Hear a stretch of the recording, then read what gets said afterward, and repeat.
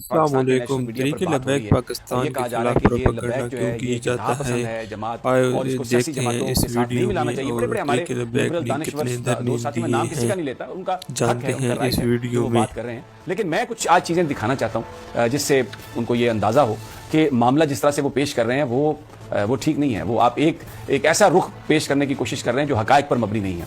سب سے پہلے تو آ جائیں کہ جناب یہ جو دھرنے تھے یہ کیوں دیے گئے. سب سے پہلے کہ یہ جو مارچ کی ہے تحریک لبیک نے، کیا یہ واقعی وہ اسٹیٹ کے خلاف بغاوت تھی؟ یعنی ریٹ کو چیلنج کرنے سے مراد تو یہ ہے نا کہ آپ نے بغاوت کی، لیکن کیا وہ واقعی بغاوت تھی؟ آ جاتے ہیں. سب سے پہلا جو دھرنا تھا یہ انہوں نے 8 نومبر 2017 کو دیا. اور یہ کیوں دیا؟ یہ اس لیے دیا تھا کہ جو قومی اسمبلی کے اندر جو نامینیشن جو پیپرز ہیں اس میں جو کچھ سیکشن ہٹا دیے گئے تھے جن کا تعلق ختم نبوت سے تھا. اور یہ ڈیمانڈ تھی تحریک لبیک کی کہ وہ جو قانون میں آپ نے تبدیلی کی ہے رات کی تاریکی میں چوری چھپے، جس کو بعد میں یہ کہا گیا کہ جناب یہ ایک ٹائپ کی مسٹیک ہو گئی تھی، وہ ٹائپ کی مسٹیک نہیں تھی. وہ لابی جو جنہیں ہم کہتے ہیں جو قادیانیوں کے نمائندے ہیں، وہ ان کے لیے کچھ آسانیاں حاصل کرنا چاہتے تھے اور اس پر تحریک لبیک نے پہلا دھرنا دیا. اب یہ مجھے بتائیے کہ یہ کہاں پر ریاست کی جو رٹ ہے اس کو وہ چیلنج کر رہے تھے. حکومت نے اپنی غلطی مانی اور زاہد احمد استعفیٰ دینا پڑا.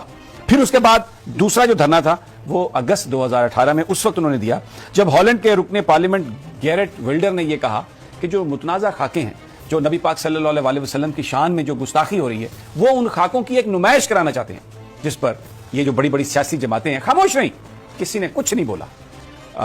تحریک لبیک نے اس پر دھرنا دیا، شاہ میں اس پر حکومت کو مجبور کیا اور وزیر خارجہ شاہ محمود قریشی نے ہالینڈ کے سفیر سے بھی ملاقات کی اور بالآخر وہ جو متنازع خاکوں کی نمائش تھی ہالینڈ نے اس کو منسوخ کیا. اب یہ مجھے بتائیے یہ پاکستان کی ریاست یا اس کی جو رٹ ہے کیا یہ اس کو چیلنج کرنے کے مترادف ہے؟ آ جائیے اب آگے آ جائے. تیسری بار جو دھرنا تھا 2018 میں، وہ آسیہ بی بی کو جب رہائی دی گئی سپریم کورٹ کے ایک حکم کے تحت، ایک فیصلے کے تحت، تو دھرنا دیا تحریک لبیک نے کہ حکومت اس کی ریویو پٹیشن میں جائے اور آسیہ کو رہا نہ کیا جائے. اور جب حکومت نے اس بات کی یقین دہانی کرا دی کہ حکومت ریویو پٹیشن میں جا رہی ہے، وہ دھرنا ختم ہو گیا. اب یہ کیا احتجاج تھا؟ ایک قانونی آپشن جو پاکستان کے قانون میں ہے، حکومت سے یہ کہا جا رہا تھا کہ آپ اس آپشن کو استعمال کریں. اب مجھے بتائیے یہ کہاں سے، میں یہ اپنے ان تمام لبرلز جو روزانہ رات کو بیٹھ کے ایک بڑا جھمگٹا لگا کے اور پتہ نہیں کیا کیا باتیں کرتے ہیں، ان سے میرا یہ سوال ہے، مجھے یہ بتائیے کہ اس میں کہاں حکومت پاکستان یا ریاست پاکستان کی رٹ کو چیلنج کیا گیا؟ یہ اس کو آپ بغاوت کیسے کہہ سکتے ہیں؟ پھر جو آخری جو 3 دھرنے ہیں، 4 نومبر 2020 میں فرانسیسی سفیر کو نکالنے کے لیے کیا گیا. اس کا شروع میں تو مطالبہ تھا کہ فرانسیسی سفیر کو نکالیں، لیکن گورنمنٹ نے ایگریمنٹ کیا اور یہ طے کیا کہ ہم اس کو قومی اسمبلی میں پیش کریں گے.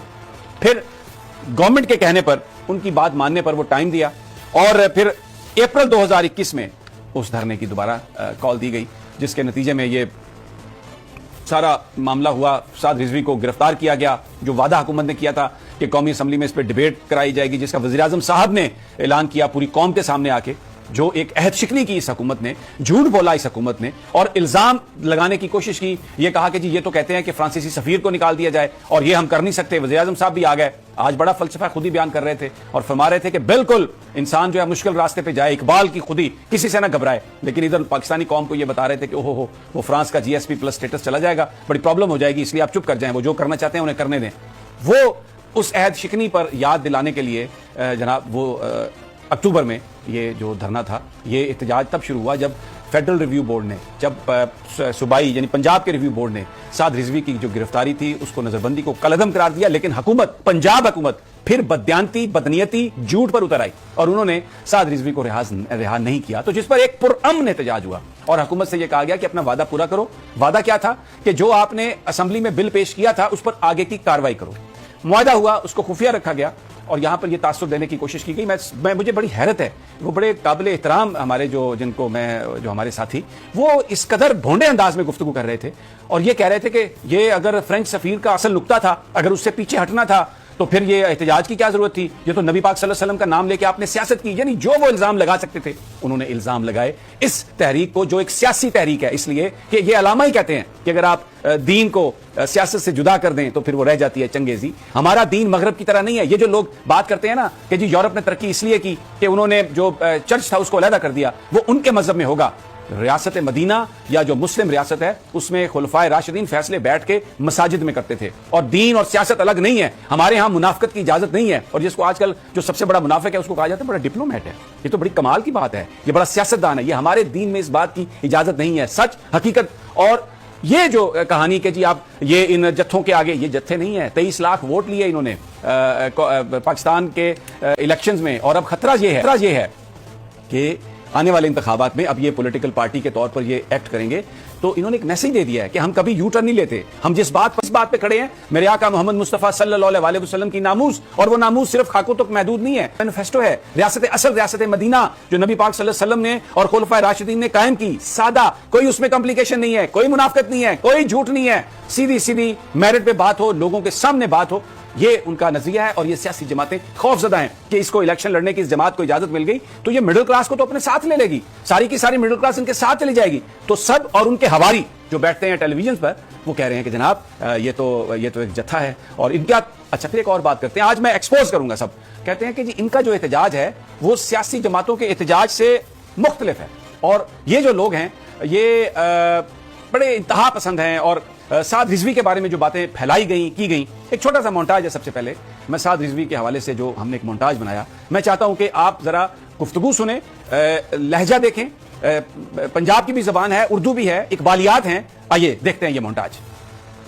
تیری نگاہ سے سینوں میں دل کانپتے تھے، کھویا گیا ہے تیرا وہ جذبے کلندرانہ، کوئی بات نہیں، جو مرضی کر لو، سارا کچھ بھی تسی لے جاؤ۔ اقبال کہندا اب تیرا بھی دور آنے کو ہے فقر وجود، کہ کھا گئی روح فرنگی کو ہوائے سیم و در۔ اقبال کہندا پریشان نہ ہو، اسلام نو سارے رل کے بھی دبان، حضور دی ذات تے سارے مل کے بھی آ جان، ایک کر کچھ نہیں سکتے۔ میں کہ جی علامہ اقبال کیوں؟ کہندا نکل کر صحرا سے جس نے روما کی سلطنت کو الٹ دیا تھا، سنا ہے قدسیوں سے میں نے کہ وہ شعر پھر ہوشیار ہو۔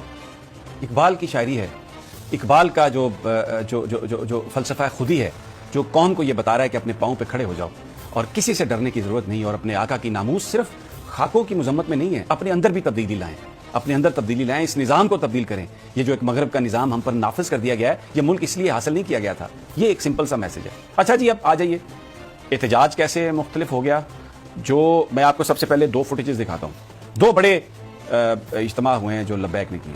ایک جنازہ تھا جو یہاں پر بارہکاؤ میں دفنایا گیا، ذرا سب سے پہلے اس کی فوٹیج آپ دیکھ لیں، لاکھوں لوگ اس میں شریک تھے۔ مجھے بتا دیں کسی سڑک پر کوئی ایک پول بھی کسی نے گرایا کیا؟ کوئی ایک کھمبا گرا کہیں پر؟ کوئی تھوڑی ٹوٹ پھوٹ ہوئی؟ پلیز وہ دکھا دیں جی وہ ویڈیو جو آپ کے پاس ہے۔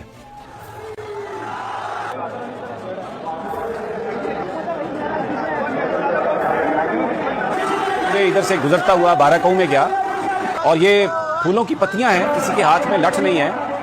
یہ وہ لوگ ہیں، یہ لاکھوں لوگ ہیں، یعنی یہ میں کوئی 2 4 5 لاکھ لوگوں کی بات نہیں کر رہا، یہ وہ لوگ ہیں، حد نگاہ تک لوگوں کا ایک سمندر ہے، جو ایک ریاکشن ہے۔ یہ ریاکشن جو ظلم ہو رہا ہے، یہ ریاکشن جو اس وقت ملک میں ناانصافی ہے، یہ اس کے خلاف ہے۔ یہ آپ نے دیکھا۔ اب آ جائیے جی، اب میں آپ کو ایک دوسرا خادم حسین رضوی، جب ان کا انتقال ہوا، لوگ بڑی یہ باتیں کرتے ہیں، یہ سیاستدان، ان کے تو مقدر میں ہی نہیں ہے اتنے لوگ، اور یہ ان کا آپ جنازہ دیکھیں، ان کے لیے لوگوں کی محبت کس لیے تھی؟ خادم حسین رضوی کے لیے محبت اس لیے تھی کہ یہ میرے آقا محمد مصطفیٰ صلی اللہ علیہ وسلم کا نام لیتے تھے۔ دیکھیے یہ کراؤڈ دیکھیں، اس جنازے میں بھی کتنی بڑی تعداد ہے لوگوں کی۔ یہ کسی مقدر والے کے نصیب میں یہ چیزیں ہو سکتی ہیں، اور کہیں پر کوئی تشدد نہیں، کہیں پر کوئی وائلنس نہیں۔